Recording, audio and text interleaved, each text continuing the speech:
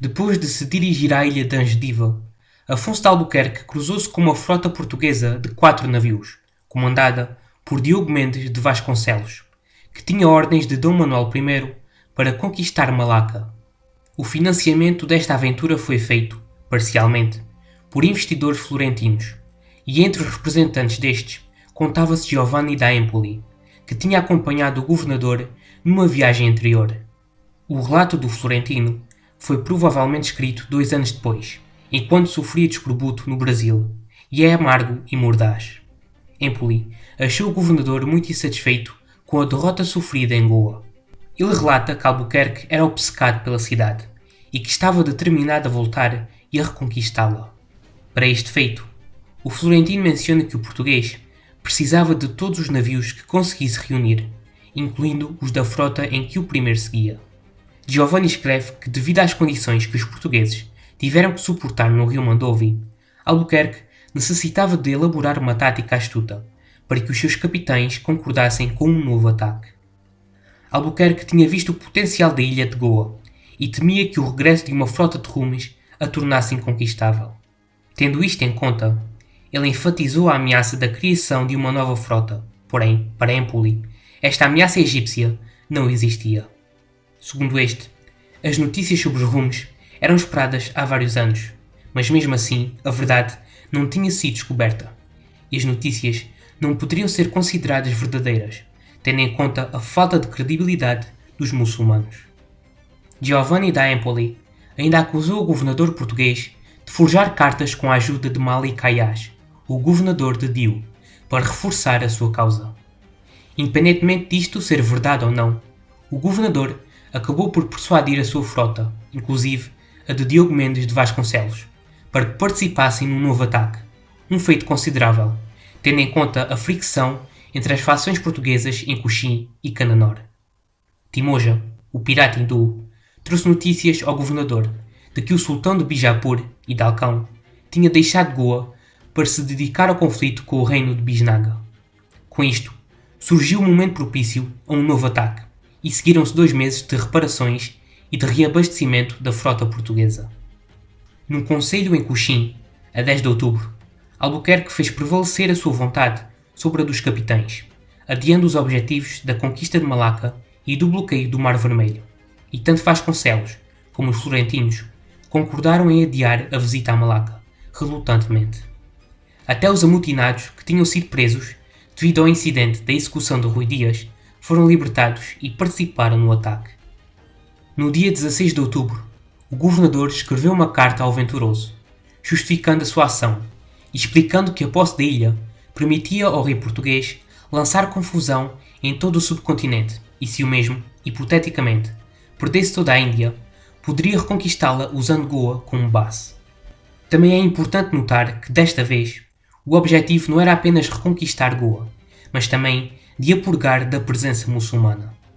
No dia seguinte, a frota portuguesa zarpou, composta por 19 navios e 1.600 homens, chegando à foz do Mandovi a 24 de novembro.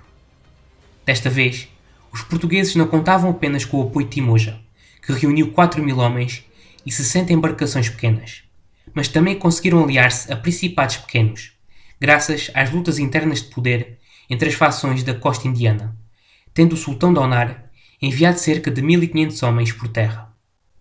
No lado de Goa, Hidalcão colocou na cidade uma guarnição de 8.000 mercenários otomanos e iranianos, e também vários renegados venezianos e genoveses, experientes na fundição de canhões. No dia seguinte à chegada da frota, Albuquerque dividiu os seus homens em 3 grupos e atacou a cidade a partir de 2 direções. Aquilo que se seguiu não foi o triunfo da tática militar que o governador tinha tentado estabelecer, mas a luta frenética e corajosa dos portugueses, que acabou por lhes garantir a vitória. Os portugueses tomaram de assalto as barricadas que rodeavam Goa, e um soldado conseguiu enfiar a sua arma no portão da cidade, impedindo que este fosse fechado pelos defensores. Noutro lugar, Fradique Fernandes, um homem pequeno e ágil, enfiou a sua lança na parede e usou-a para subir para um parapeito de onde acenou com uma bandeira e proclamou vitória. O aparecimento súbito dos portugueses distraiu os defensores e estes não conseguiram fechar o portão. Este último ficou escancarado e os atacantes tomaram a cidade de assalto. Depois de terem batido em retirada, os defensores foram atacados por outro grupo que tinha aberto caminho por outro portão. O combate dentro da cidade foi sangrento e os cronistas portugueses relataram atos de coragem louca. Manuel Lacerda, um dos primeiros portugueses a entrar em Goa, foi atingido um pouco abaixo do olho por uma flecha farpada, que não pôde ser arrancada. Lacerda acabou por arrancar a haste e lutar com a ponta espetada na cara. Outro português, Jerónimo de Lima, lutou até cair para o chão. Quando o seu irmão, João, o encontrou, ficou ao seu lado a reconfortá-lo, porém Jerónimo repreendeu-o por ter parado de lutar. A resistência dos homens de Hidalcão acabou por desabar. Vários tentaram fugir de Goa, atravessando os baixios dos rios, onde muitos acabaram afogados. Aqueles que sobreviveram deram de cara com os aliados hindus de Albuquerque, e segundo este último, os hindus não pouparam nenhum muçulmano. A reconquista de Goa durou cerca de 4 horas. Depois da vitória, Albuquerque trancou os portões da cidade, de modo a impedir que os seus homens perseguissem os muçulmanos, e deixou que a saqueassem e massacrassem os seus habitantes. O que se seguiu foi uma carnificina, e o governador descreveu as suas ações ao rei, sem se desculpar. O próprio escreveu o seguinte: Nosso Senhor fez grandes coisas por nós, porque queria que realizássemos um feito tão magnífico que ultrapassasse até o que rogamos. Incendiei a cidade e matei toda a gente. Os nossos homens passaram 4 dias a matar. Onde conseguimos entrar, não poupámos a vida a um único muçulmano. Obrigámo-os a ir para as mesquitas e incendiámo-las. Ordenei que nem os camponeses, entenda-se, os hindus, nem os brahmanes fossem mortos.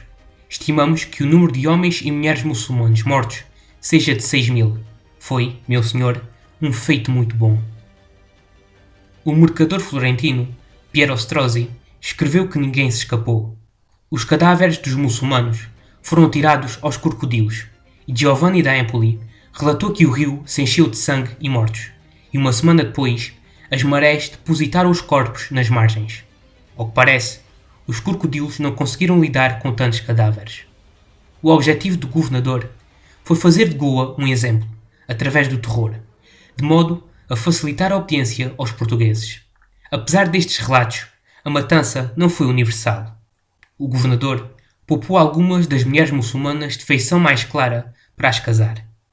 O saco obtido foi magnífico, tendo o próprio Strozzi escrito que aqui há todas as riquezas do mundo, ouro e joias. Acho que são superiores a nós de formas infinitas, exceto na maneira como lutam. No final do dia da batalha, o governador agradeceu aos capitães pelos seus esforços, e muitos foram feitos cavaleiros, inclusive Giovanni da Empoli. Os estados do subcontinente indiano ficaram surpreendidos com esta vitória portuguesa com tão poucos homens. Vitória esta que exigiu reconsiderações estratégicas. Vários embaixadores foram ter com o governador português para se apresentarem e avaliarem o que esta mudança traria. Albuquerque tinha ideias inovadoras para manter o domínio sobre as posses portuguesas. Ele estava ciente que contava com poucos soldados, da taxa de mortalidade e da falta de mulheres. Por isso, promoveu uma política de casamentos interraciais entre soldados rasos, carpinteiros e pedreiros portugueses com as mulheres da região. Estas eram normalmente hindus de castas baixas, que eram batizadas e a quem concediam um dote.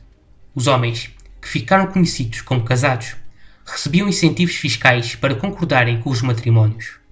2 meses depois da reconquista da cidade, o governador conseguiu com que se realizassem 200 casamentos deste tipo.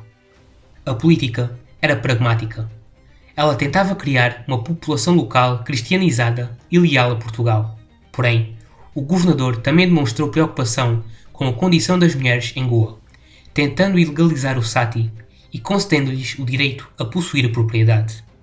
Entretanto, Diogo Mendes de Vasconcelos estava ansioso para partir em direção a Malaca, porém, era óbvio que os seus 4 navios não eram suficientes para conquistar a cidade. O governador tinha na sua posse uma carta de Rui de Araújo, um dos 20 reféns portugueses em Malaca de uma expedição anterior. A mensagem que o governador tinha recebido em agosto Era desesperada e continha informação sobre a cidade, nomeadamente as suas políticas e capacidade militar. Segundo Araújo, a cidade era enorme, mas não era muito bem defendida.